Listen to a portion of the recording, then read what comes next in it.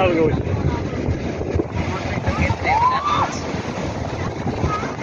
దేవా ఎన్నెన్ని విధాలుగా చేసేవయ్యా ఈ సృష్టిని అంటాడు. ఆ సముద్రం దగ్గరికి వెళ్ళి కూర్చుని ఇదిగో చిన్నవి పెద్దవి సముద్రంలో వాడలు మకరములు ఇవన్నీ కలిసి ఉన్నాయి. తగిన సమయంలో వీటికి ఆహారం ఇచ్చేదామని ఇవన్నీ దైవానికి కనిపెట్టుకుంటున్నారు. అది చెప్తాడు. ఎవరి గ్రంథంలో ఇంకొక విధంగా చెప్తాడు. నాకు చెవి నిర్మించిన వాడా, నా ఎముకలకి మీద చర్మం నిర్మించిన వాడా, నా మీద పగబెట్టకము అంటాడు. సృష్టి మర్మాలు ఎన్నెన్ని విధాలుగా సృష్టించేవాడు.